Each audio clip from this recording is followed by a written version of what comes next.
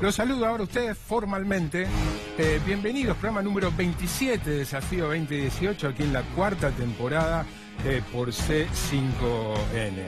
El gobierno está pasando mal en materia económica, a lo que se suma, recién lo hablábamos con el gato, el escándalo, el creciente escándalo por los aportes truchos a la campaña de Cambiemos.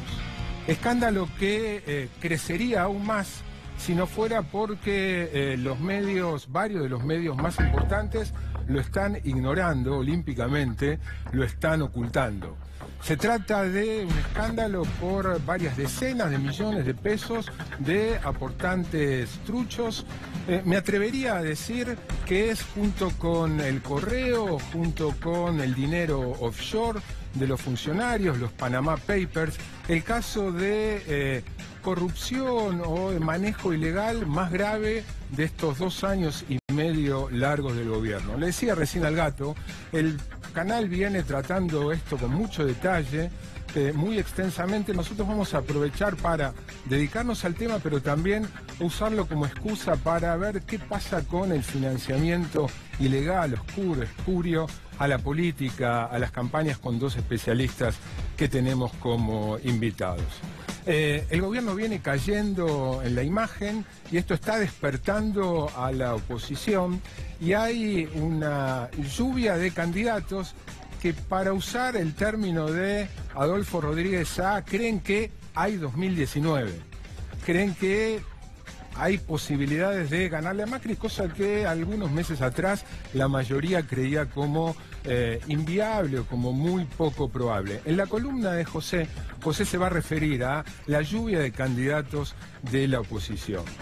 Nuestro otro columnista, Emanuel Álvarez Sagis, en su clásico segmento de Desafío Económico, va a desafiar la idea de que las retenciones perjudican la producción. En este caso, obviamente, argentinos, nos referimos a las retenciones a los productos agropecuarios, soja, trigo y maíz. Es notable porque, me consta, la mayoría del gabinete, incluyendo importantes ministros del área, están a favor de que, dadas las nuevas circunstancias, la nueva realidad, fundamentalmente el salto en el dólar que le da más rentabilidad a la producción agropecuaria, están a favor de cambiar las retenciones, cambiar el programa de retenciones. Algunos están porque se suspenda la rebaja de retenciones a la soja, otros directamente plantean que se las aumente. Incluso en el documento del Fondo Monetario que se conoció el viernes pasado, el propio Fondo Monetario plantea que, como una de las alternativas para el ajuste, para reducir el déficit fiscal, aumentar las retenciones. Pero ¿qué sucede? Macri dice que no. Macri dice que no, y enseguidita vamos a indagar en una posible explicación de por qué Macri está plantado en no tocar las retenciones, es decir, en mantener el programa de rebaja paulatina en las retenciones, fundamentalmente a la soja. Y vamos a estar entrevistando a Cristiano Rattasi, ya está aquí en el estudio, ahora ustedes lo van a ver, presidente accionista de Fiat Chrysler. Él venía desde hace largo tiempo diciendo que se necesitaba un dólar más alto. Le vamos a preguntar si considera que el dólar de hoy, el dólar de 28, está bien, está conforme con eso o no. Le vamos a preguntar, por supuesto, cómo está la industria automotriz, industria clave en la economía argentina. Le vamos a preguntar por Macri, le vamos a preguntar por el 2019, por los candidatos de la oposición, por el aumento en la imagen positiva de la expresidenta Cristina Fernández de Kirchner. Y también le vamos a preguntar a Cristiano Rattasi sobre la confianza. Y hablando de confianza,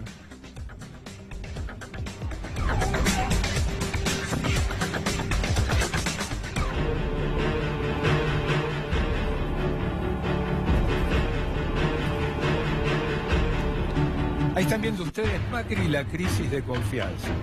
En estos 2 años y medio largos de presidencia de Macri, de gobierno de Cambiemos, se ha hablado mucho, se ha preguntado, hemos debatido acerca de qué es ideológicamente Macri, qué es ideológicamente Cambiemos. Los invito a explorar una posible respuesta a qué es ideológicamente Macri a través del análisis del discurso. El análisis en realidad de los discursos que en este tiempo, durante su presidencia, ha realizado Mauricio Macri. Presten atención y lo que van a ver ahora es nada más que botones de muestra. Les aseguro que hay mucho más, pero como ejemplo, presten atención a la cantidad de veces que en los discursos Mauricio Macri se refirió a la importancia de generar confianza. 100 días de un nuevo gobierno suelen estar signados por decisiones estructurales o trascendentales. ¿Cuál sería para usted el principal desafío específico de los primeros 100 días de su gobierno? Restablecer la confianza. Que esta alegría se potencia al nivel de confianza, que es el elemento vital que mueve una sociedad. Que gobernar es generar confianza, no generar temor.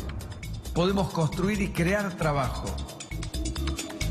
Eso se genera a partir de generar confianza, de tener reglas de juego claras, previsibles, sostenibles en el tiempo, que trae inversión, y la inversión trae trabajo. Es construir sobre la verdad, porque sobre la verdad se construye confianza. Y la confianza trae trabajo, porque la confianza trae inversiones, trae empleo. Empleo y empleo y trabajo, que es lo que necesitamos los argentinos. A partir de decirnos la verdad, construir confianza. Estamos construyendo un país confiable, basado en la verdad, en las relaciones honestas. Lo más importante que está marcando, que es de la mano de decirnos la verdad, siempre decirnos la verdad, están comenzando a crecer la confianza entre nosotros mismos. Yo confío en que, valga la redundancia, que la confianza en la Argentina aumentó. Si no, no hubiésemos tenido el éxito que tuvimos, por ejemplo, en la propuesta del blanqueo, que nos permitió hacer la reparación histórica a los jubilados. Y con esa confianza se agiganta, todo se acelera, esa esperanza se transforma en cosas concretas. Y cuando hay confianza hay más crédito. Y eso genera un elemento fundamental que va creciendo, que es la confianza entre nosotros, la confianza en nosotros mismos, la misma confianza que ha tenido el mundo. Ahora vamos por menos globalismo, porque justamente deterioramos la confianza del mundo para acompañarnos en un proceso que ellos empezaban a pensar. Estamos pasando una tormenta fruto de muchas circunstancias. Entre ellas hay temas de nuestra propia gestión, de los mercados externos y de las políticas tomadas por gobiernos anteriores. Pero debemos tener confianza, porque sabemos a dónde vamos y cómo vamos a lograr las metas que nos hemos impuesto.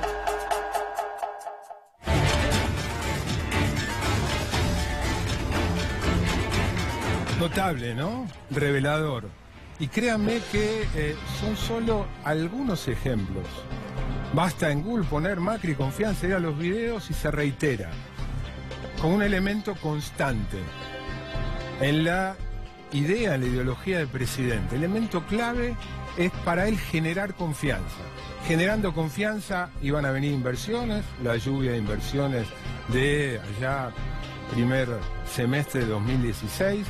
Generando confianza y a través de las inversiones iba a aumentar el empleo. Generando confianza, los empresarios no iban a trasladar la devaluación a precios.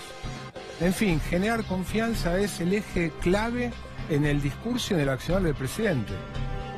Generar confianza es mantener las reglas de juego, no modificar las retenciones, como una posible explicación a lo que planteaba antes.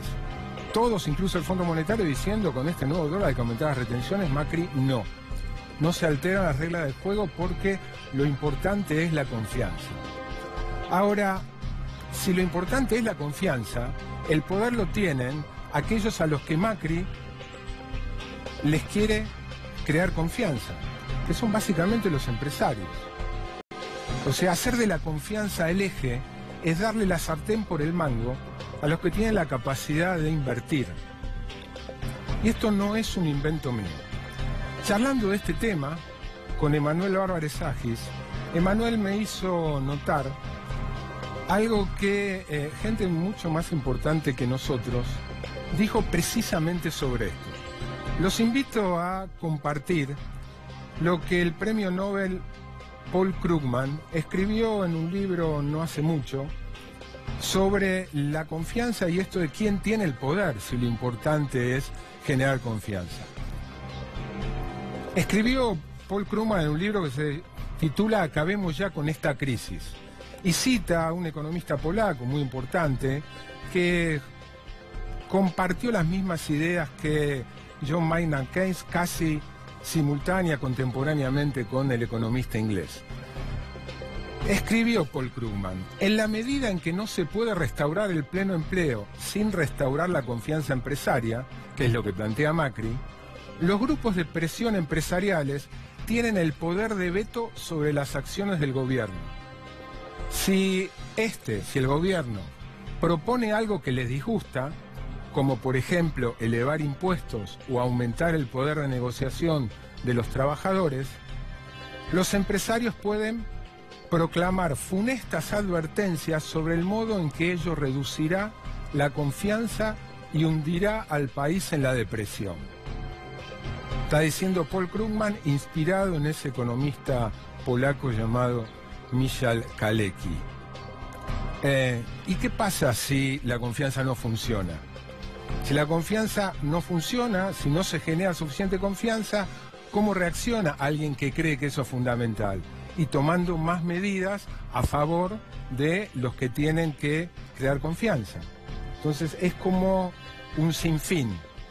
Generar confianza, y si la confianza no responde, hay que tomar más medidas para generar confianza. Y nunca, como bien describe Paul Krugman, tomar medidas que vayan en contra de la confianza, en contra de quienes pueden vetar la política económica.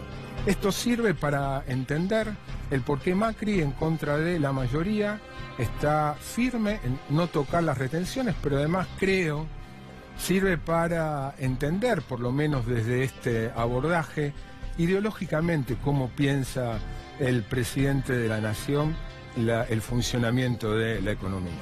Se lo vamos a trasladar, lo veíamos recién en uno de los videos en Casa Rosada, a Cristiano Ratazzi. Cristiano, gracias por venir. Gracias por invitarme. Bueno, veías recién el video, lo que planteaba Macri, sí, lo que decía Krugman. ¿Qué opinas? Sí. A ver, la confianza es importante, pero administrar bien es aún más importante. Yo creo que en Argentina tiene 85 años de desvío de una administración que era muy sana, porque estaba entre los primeros 7 países del mundo, y un golpista en el 31 empezó a hacer Junta Nacional de Granos, Junta Nacional de Carne, un banco central que después nos llevó a toda la inflación. Todo eso hace que 85, 86 años después, Argentina no tiene nada que ver con el país que hacía parte de los primeros países del mundo de 85 años atrás. Entonces creo que ahora tenemos que fijar por lo menos buenas reglas de administración. La primera buena regla de administración es no tener impuestos distorsivos. Esa es la primera regla. Bueno, la primera regla para después administrar bien lo que es inversiones y que funcione bien el país es no tener impuestos distorsivos. Explico por qué. En Europa, ingresos brutos se eliminaron en los años 60, 1960, porque era distorsivo, porque era cascada y creaba enormes problemas en la producción y distorsionaba el valor de los bienes y la producción. Entonces se pasó al IVA y se eliminó ingreso bruto. La misma cosa, impuestos a la exportación no los tiene nadie. No Creo es que así, Sudán no es tiene. así, después vas a ver en el programa. Okay. Pero serán 2 o 3 países. No, son muchos más, países que tienen. Ok, yo estoy totalmente contrario porque primero hay que hacer la producción marginal, que son la cuestión que nos saca la producción marginal, el potrero marginal, porque el precio no es el total de lo que vale en serio lo que se produce en ese potrero. Una vez producido, vía ganancias o impuestos no distorsivos, se puede decir, ok, en este caso que hay que hacer un aporte especial, porque no hay duda que toda esta fiesta la vamos a tener que pagar un poco todos. Pensábamos no tener que pagarla nunca la fiesta, y me parece que hay algo que se vio que el mercado nos dijera. ¿Por qué un poco todos y no más los que pueden poner más? Bueno, pero yo creo que también más serán los que pueden poner un poco más, pero hay 27% de pobres que tenemos que ayudarlos todos. Entonces ponemos al lado. Los otros que quedan, los 73%, creo que es entre todo. ¿Qué quiere decir cuando digo algunos más, algunos menos? Hoy, la carga impositiva en Argentina es por lejos la más alta, no digo de toda América Latina ni hablar, pero es una de las más altas del mundo. Entonces no pensar... es así eso tampoco, bueno, Cristian. eso es lo que dicen, yo leí las estadísticas, pero es bueno, Slota, si tenés otra. En la organización, Saltísima. la OCDE, la Sí. institución a la que quiere ingresar Argentina, muestra que Argentina tiene una presión de alta para América Latina, no muy distinta a la de Brasil, pero más baja que muchos países. Bueno, Finlandia, Noruega, esos países del norte. Y parecida... Sí que tienen todos los servicios que tienen y que nosotros no tenemos. Bueno, ahí pero, es okay, huevo la gallina. Okay. ¿Tienen servicios porque tienen presión impositiva o tienen presión impositiva porque tienen servicios? Bueno, yo entiendo y estoy totalmente de acuerdo. Lo que seguro ninguno tiene es impuestos distorsivos. Por eso volvemos un poco al principio. Eliminemos todos los impuestos distorsivos. Hecho eso, hay que ver cuál es la carga impositiva general que se puede tener por los servicios también que da el Estado. Que no hay duda que en Suecia o Noruega son más altos de lo que dan acá. Vuelvo al planteo de confianza. Seguramente vos en estos 2 años y medio, si querés los primeros 2 años, estabas básicamente de acuerdo con el espíritu, con los lineamientos de la política económica, y resulta que no funcionaron. A ver, yo estaba de acuerdo, lo que sí dije siempre, no estoy de acuerdo en pelear la inflación, que es un bicho muy complicado de pelear, es decir, no es fácil eliminar la inflación. La historia ha visto pocos éxitos en eliminar la inflación y algunos un poco fuertes o no. Hago un ejemplo, Israel e Italia, 2 maneras diferentes para eliminar la inflación, pero es algo muy difícil de combatir. Ahora, lo peor es tratar de combatir la inflación atrasando el valor del dólar. Ese para vos era el defecto de la política económica. Sí, que el dólar estaba barato. Bueno, el dólar estaba barato, las economías regionales estaban sufriendo de una manera impresionante. Hoy Argentina no es un país que puede permitirse exportar poco y hacerse el país rico.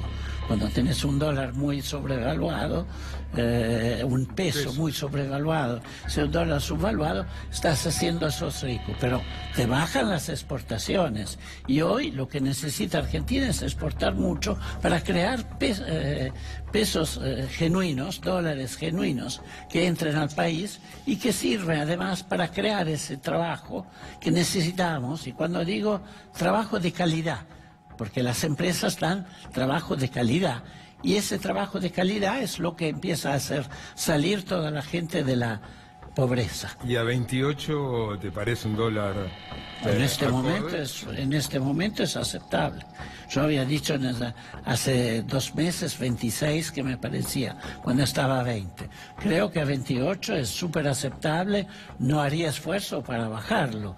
Además, habíamos dicho, y me parece importante mantenerlo, que después lo íbamos a hacer funcionar según el mercado. Yo creo en el mercado. Hay gente que no cree. Yo creo en el mercado. Hay que hacerlo funcionar según la demanda y oferta. Si empiezan a entrar menos dólares, por miles de razones, el dólar va a tener que subir de valor. Eso es normal. Dejemos un poco funcionar el mercado a ver dónde se estabiliza. Pero en principio... Porque la tasa de interés del 40-50% se puede tener unas semanas, pero después empieza a matar toda la economía por otro lado. Entonces, porque este dólar... Yo creo que ahora hay que bajar la tasa de interés lo más rápido posible. Hay medidas entre cajas para hacerlo bajar sin que haya un drama de dólar y después hacerlo flotar de una manera normal. Y si es un poco más alto el dólar, no hay ninguna razón.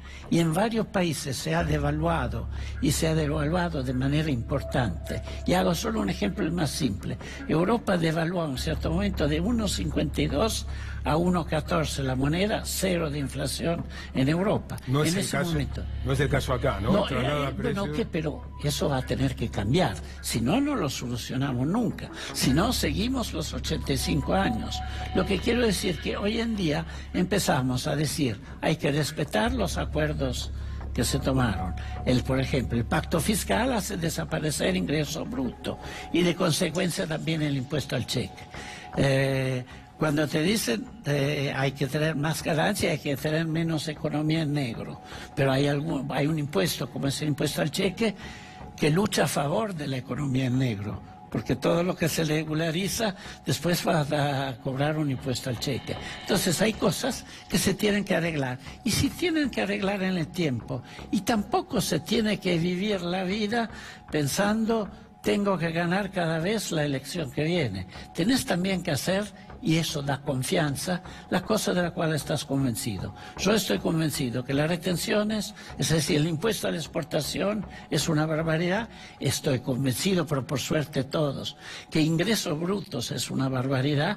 Se puede tener un impuesto a la venta final en las provincias, pero es un impuesto a la venta final, pero nunca ingreso bruto como está ahora en cascada. Y después impuesto al cheque, obviamente, tiene que desaparecer lo más rápido posible. ¿Impuesto a las ganancias? Tiene que estar.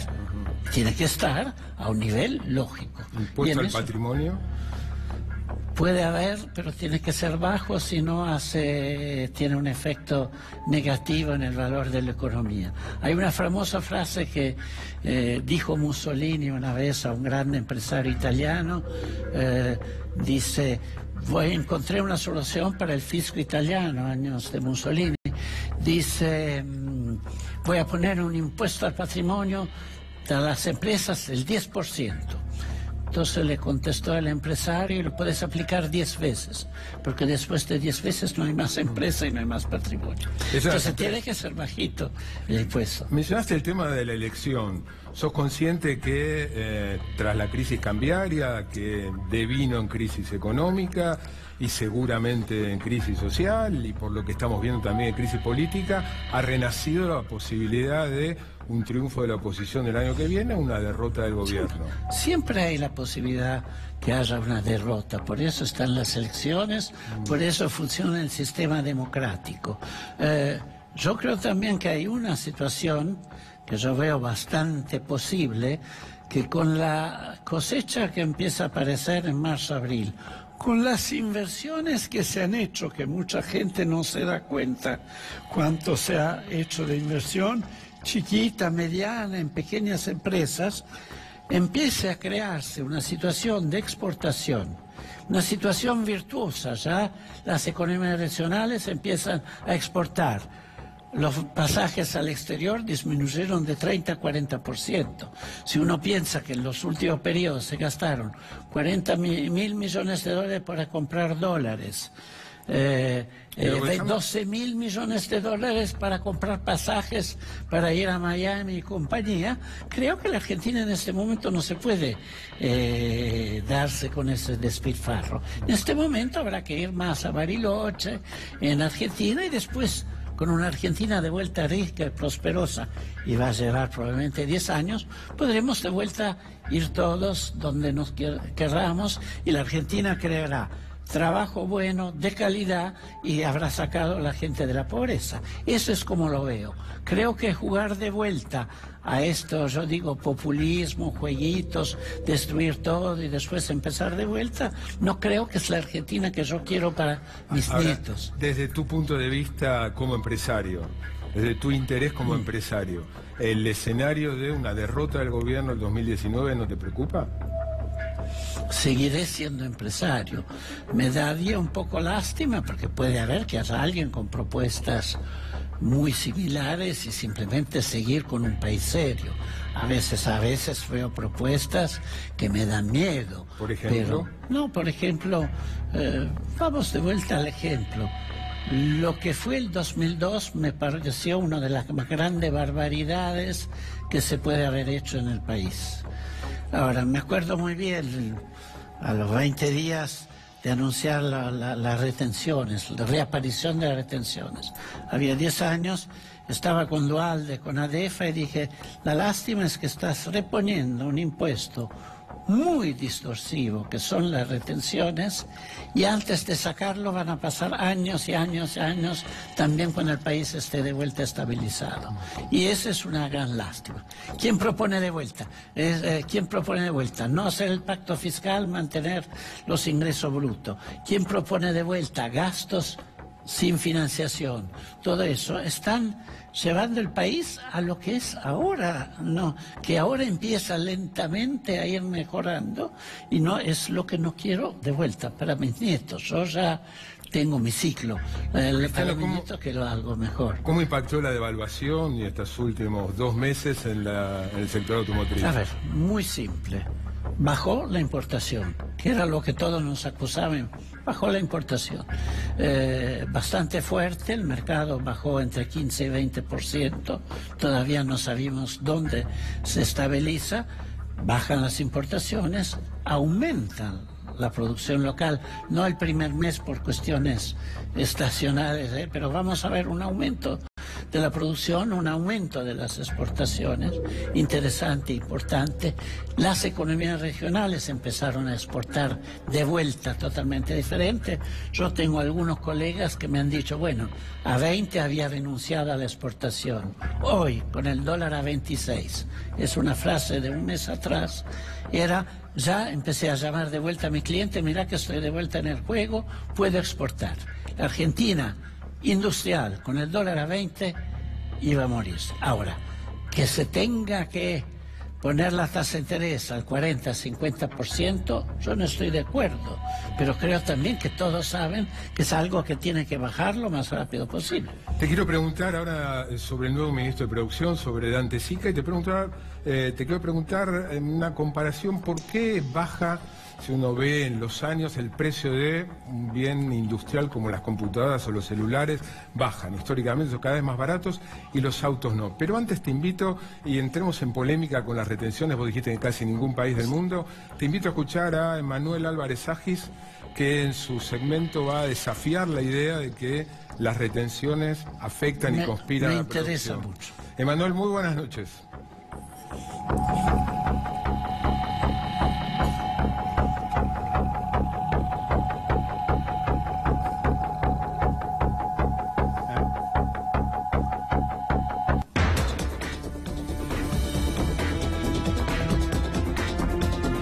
Ahí enseguida volvemos con Cristiano Ratazzi, que va a escuchar el segmento, este desafío de Emanuel. ¿No es cierto que las retenciones... Buenas noches, antes que nada. Buenas noches, ¿cómo estás? ¿No es cierto que las retenciones afectan a la producción, como dicen Ratazzi y muchos otros? Vamos a ver qué dicen los datos, particularmente para Argentina, y vamos a ver un poco cómo es el panorama de retenciones en el mundo. Digamos, el argumento es claro, es un impuesto que afecta estrictamente a las exportaciones. En Argentina el sector agropecuario es básicamente el 5% del Producto Bruto Interno, explica aproximadamente el 6% del empleo total, pero el 40% de las exportaciones. Entonces el argumento básico es que si uno le pone un impuesto a las exportaciones, lo que hace es desincentivar la producción del sector agropecuario. Vamos a ver en la primera placa cómo evolucionaron los dos datos más importantes del sector agropecuario. Uno es la producción, otro es la superficie cultivada. Fíjate, en Argentina, este es un gráfico que va desde inicios de los 80 hasta este año. ¿Cómo evolucionó la superficie cultivada en Argentina? Esto es todo, soja, trigo, maíz, todo. Todos los cultivos. En el 2001 se ponen retenciones, la superficie cultivada era 27%, en el 2018 era 37 millones de hectáreas. 27 millones a 37. 27 millones a 37 millones. Y vos ves cómo evoluciona la superficie de la mayor parte de los cultivos, está prácticamente estancada desde el 79, con excepción de la superficie cosechada de maíz, que se multiplicó prácticamente por 3. Ahora, lo que explica el 90% de esa suba es la soja. porque los avances tecnológicos permitieron que la soja ocupara superficies que antes estaba ocupada por el ganado, y la superficie cultivada de soja se multiplicó por 8 en Argentina entre el 79 o sea, y el básicamente 2018. ese salto de 27 millones a 37 millones, básicamente es el aumento de soja. Ese salto es básicamente Argentina, donde antes hacía vacas, hoy está haciendo soja, porque gran parte de la soja, el avance se dio contra el ganado. Y vamos a ver ahora en la siguiente placa cómo evolucionó la producción. Razonablemente, si la superficie viene aumentando, la producción también. Fíjate que esto es la producción, el total de los cultivos en toneladas también desde el 80 hasta el 2018, y los únicos dos bajones relevantes que tiene la serie son las dos sequías, la del 2009 y la que estamos viviendo ahora, que son de magnitud parecida, 30% cayó año contra año la producción en toneladas. De 20 millones y llegó a 100 hace unos años. Llegó así, mira, las retenciones se ponen de vuelta en 2002, y cuando uno mira los datos hasta 2015, la superficie, como veíamos antes, aumentó 47% y la producción aumentó 77%.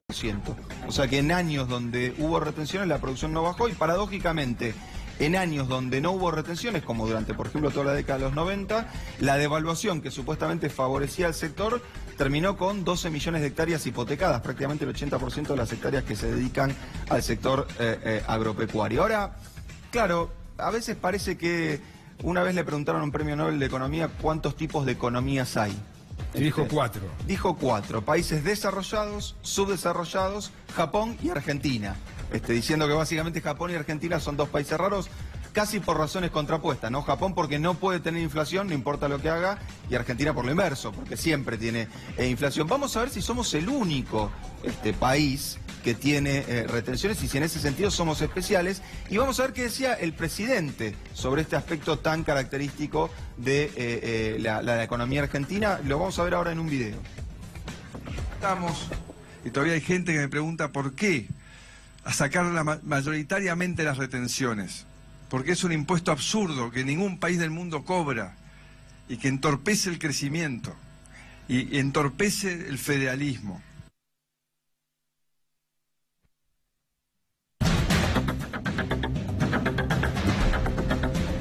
Sacamos las retenciones porque somos el único país del mundo que cobra retenciones. Absolutamente falso. Digamos, Absolutamente falso. Absolutamente falso. Depende del año, 1 de cada 3 o 1 de cada 4 países en el mundo cobran retenciones. El último trabajo importante que hay al respecto es del año 2009, donde un total de 90 países en el mundo cobraban retenciones. La fuente creo que es inobjetable, es la Sociedad Rural de la Argentina, que hizo esta investigación y determinó que en 90 países había retenciones a las exportaciones. Te doy algunos ejemplos. ¿Qué comen los chinos? Arroz. Hay retenciones al arroz, a la soja y al trigo. ¿Qué es lo principal que vos, si te vas a Colombia, qué te pido que me traigas? Café. Hay retenciones a café. Ecuador, economía que ahora...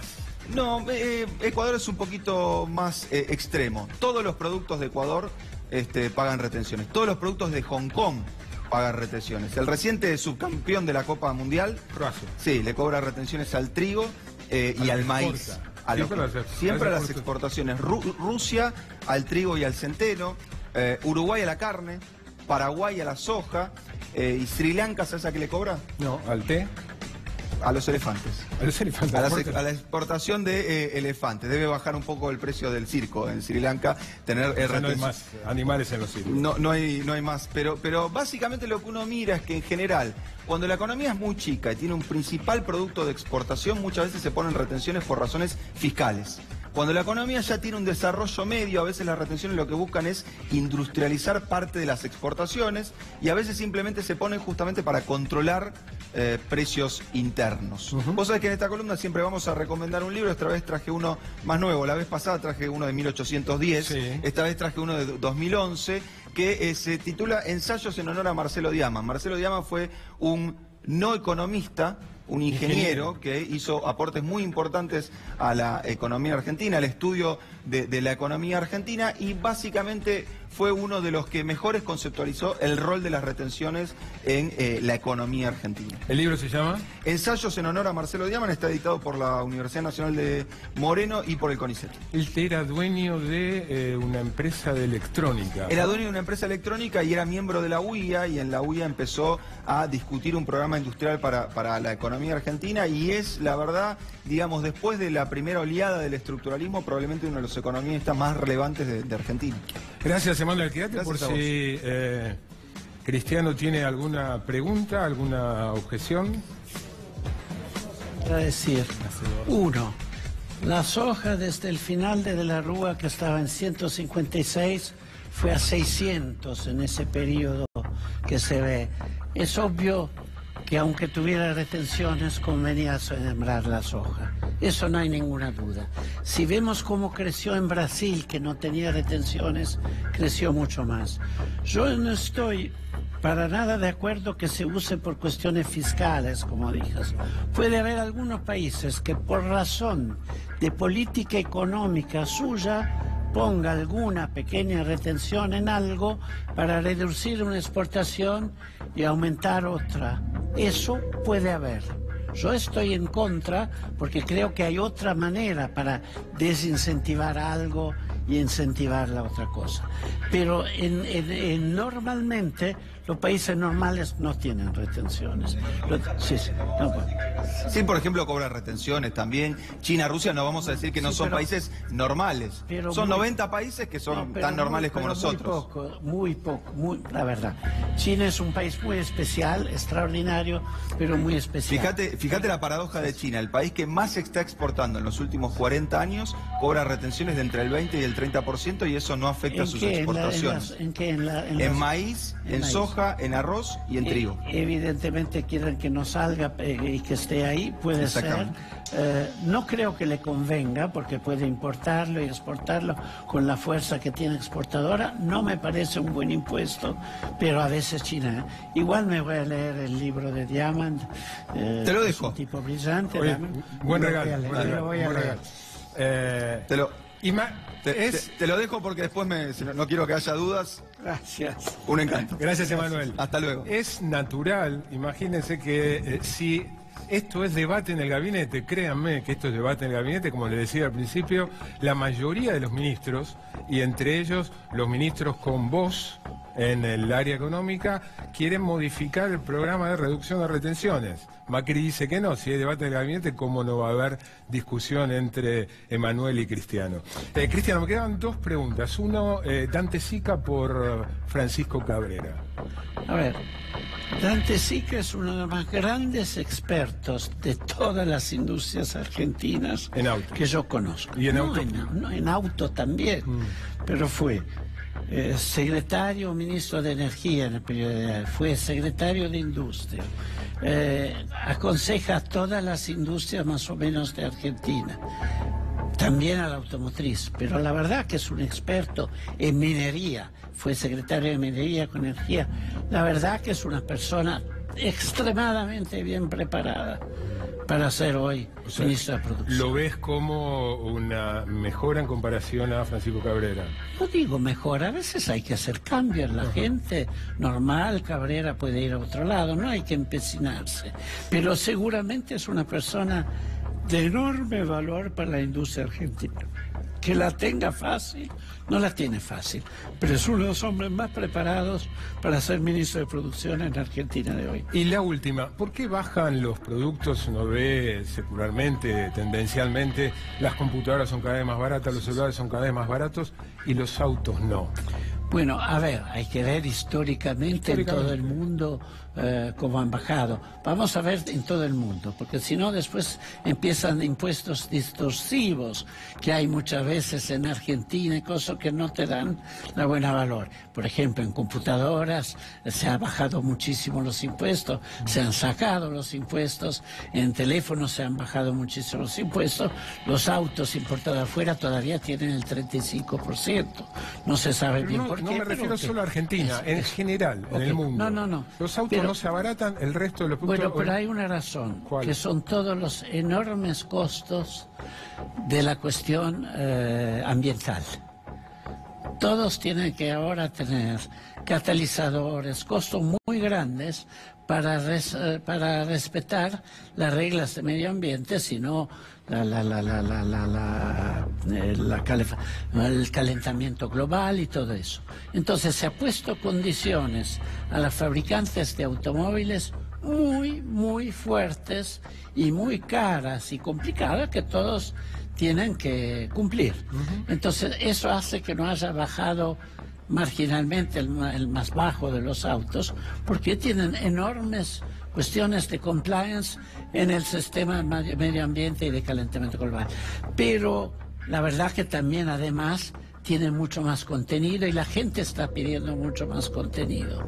Hoy en un auto tenés toda la parte audio, conectividad y todo, que es enormemente diferente de lo que era.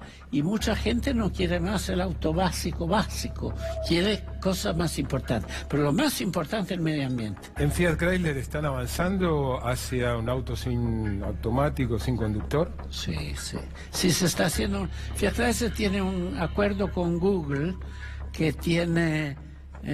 ahora tiene, me parece, contratada 31.000 Pacífica, que es la nueva Town & Country, y están haciendo estudios sobre el auto autónomo con la Pacífica híbrida, que ya es híbrida, y que algún día espero que llegue en Argentina en los próximos meses también, porque es híbrida, es hoy uno de los autos más modernos que hay, es grande, y después lentamente se va a ir también desarrollando más la parte eléctrica y empezando todo con la híbrido.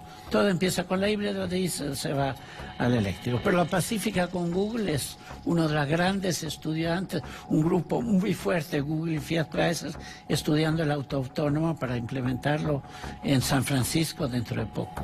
Cristiano, gracias por venir, te llevas el libro. Me llegó el libro, llegué antes que vos. Gracias. Bueno, con José Nathanson, ¿hay barrida? Vamos directo.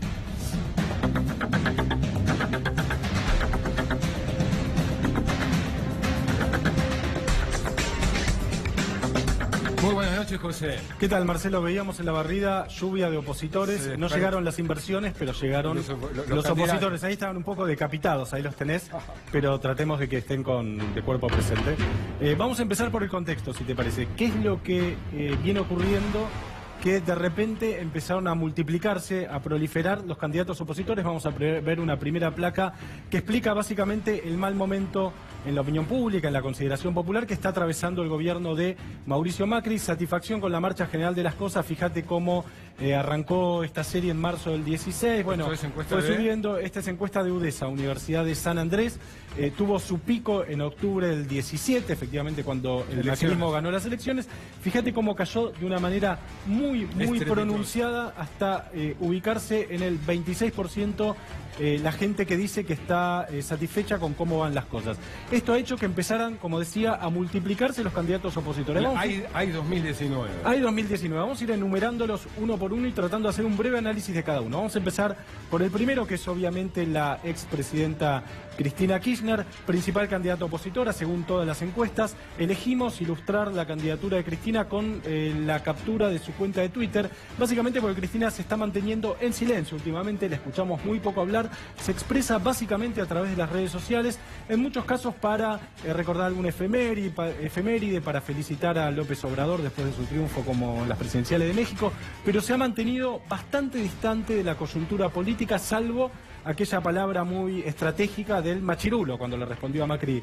¿Te acordás? Bueno, hay muchos de los periodistas que cubren Casa de Gobierno, mucho contacto con la Casa Rosada, dicen que el gobierno quiere que Cristina reaparezca. Que aparezca, efectivamente. Bueno, el capital político más fuerte de Cristina es, por un lado, el 25-30% de intención de voto y de apoyo popular que conserva pase lo que pase. Llueve, truene, núcleo duro, ocurra lo que ocurra, Cristina tiene un apoyo importante. Tiene también la necesidad de los intendentes de la provincia de Buenos Aires de reelegir en sus distritos y de tener un candidato presidencial potente en la provincia de Buenos Aires. Este es otro activo político muy importante de Cristina. Hay una nota hoy, creo que en La Nación, sí, ¿no?, donde citan a varios de los más importantes intendentes del primero y segundo cordón del peronismo queriendo manifestar. Queriendo que Cristina sea candidata, efectivamente. Cristina tiene, por otra parte, casi podríamos decir, un espesor político diferencial respecto al resto de los posibles candidatos del peronismo, tiene en contra el famoso techo bajo. Aunque mi amigo Nacho Ramírez dice que techos y pisos son cosas de edificios, que la política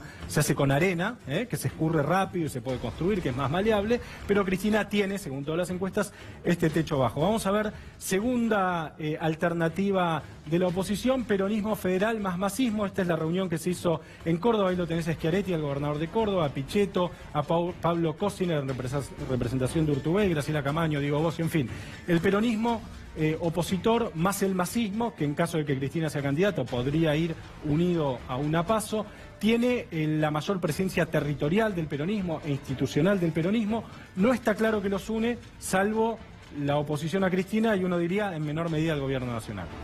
No está claro que los une, hay mucho todavía para resolver ahí. Por otra parte, lo más probable es que vayan muchos de los gobernadores, por lo menos una estrategia más de salvación individual, adelantando las elecciones a gobernador. Ahora, de ese sector como presidenciable, bueno, podría haber una interna entre un Urtubey y un Massa, por ejemplo, entre un Urtubey y un Massa. Tercera alternativa, Felipe Solá. Algo de lo cual se viene comentando mucho. Elegimos una foto de Felipe antigua para poner...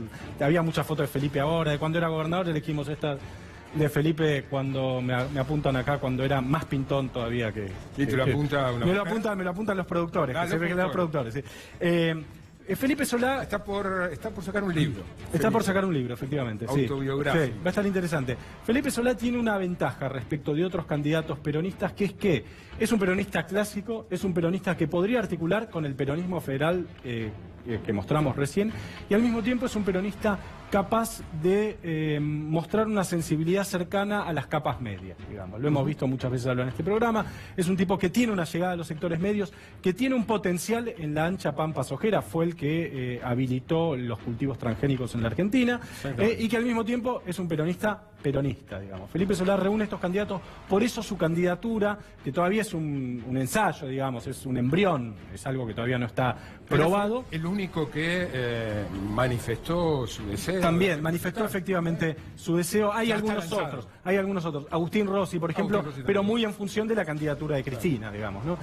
Vamos a ver una cuarta candidatura que me parece interesante, que es la candidatura eterna de Roberto Labaña. Ya fue candidato a presidente, perdió en su momento, fue candidato a presidente por el radicalismo, acá estamos hablando de candidato a presidente por el peronismo. Labaña tiene algo interesante, mira, en primer lugar, tiene una imagen positiva bastante aceptable, esta encuesta de D'Alessio Berenstein lo muestra bien, tiene una imagen negativa del 30%, que no es tanto, pero lo que es interesante es el cuadrado que está ahí, Marcelo. Fíjate, la imagen positiva de Labaña se compone en un 48% de gente que votó a Cambiemos y en un 61% de gente que votó al Frente para la Victoria. Es decir, gente que votó a Macri, que votó a Cristina, o que votó a Scioli o al Frente para la Victoria, votaría a Labaña. En algún sentido, Labaña trasciende la grieta.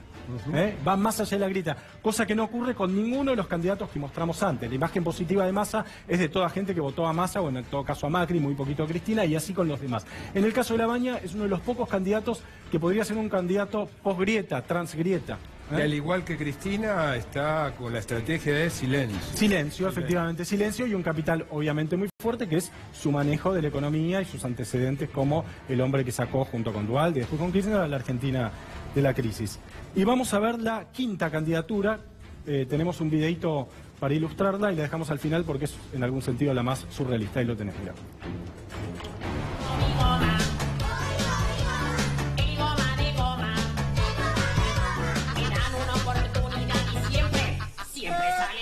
¡Bobby, querido!